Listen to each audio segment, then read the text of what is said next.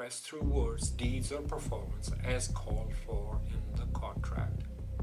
Generally, the acceptance must mirror the terms of the offer. If not, the acceptance is viewed as a rejection and counteroffer. Mutuality is where the contracting parties had a meeting of the minds regarding the agreement. This means the parties understood and agreed to the basic substance and terms of the contract. So now you all know what contract means. NBCC had a contract with me to provide me with a competent exam and mark accordingly with competence. They did neither.